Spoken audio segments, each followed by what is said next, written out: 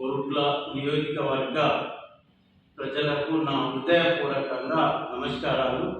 ఏదైతే గత assembly Congress party ticket కోసం నేను ఆశించిన జీవన్ రెడ్డి మధ్యాష్ గారు జువ్వాడి నరసింహారావును రేవంత్ రెడ్డి దగ్గరికి, రాహుల్ గాంధీ గారి దగ్గరికి పిలిపించడం జరిగింది.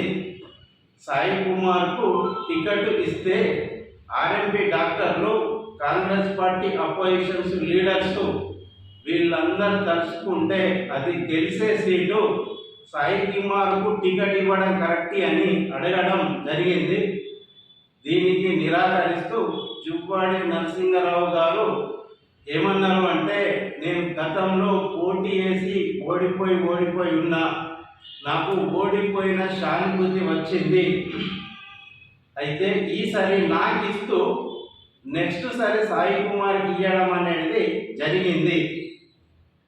అయితే నన్ను కాదని సాయి కుమార్ టికెట్ ఇస్తే బీజేపీలో పోయి బీజేపీలో ఉంటూ టీఆర్ఎస్కు మద్దతు ఇస్తూ ఓట్లను చిల్లాడగొట్టకుండా నేను ఓడగొడతా అని చెప్పడం జరిగింది.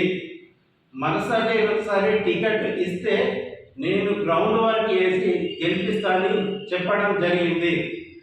దీనికి నిరాకరిస్తూ నేను జీవన్ రెడ్డి గారి ఆధ్వర్యంలో, మధ్యాష్ గారి ఆధ్వర్యంలో మీటింగ్ పెట్టమని డిమాండ్ చేస్తే జువ్వాడి నరసింహారావు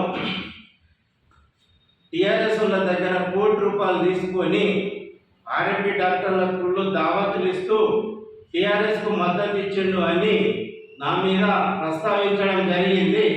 దయచేసి ఎమ్మెల్యే గారు, మీరు జువ్వాడి నరసింహారావు గారికి నేను ఎప్పుడు మీకు టీఆర్ఎస్కు సపోర్ట్ చేసినా దీనికి ఆయన ప్రస్తావించి మీరు జ్ఞానోదయం బోధించండి.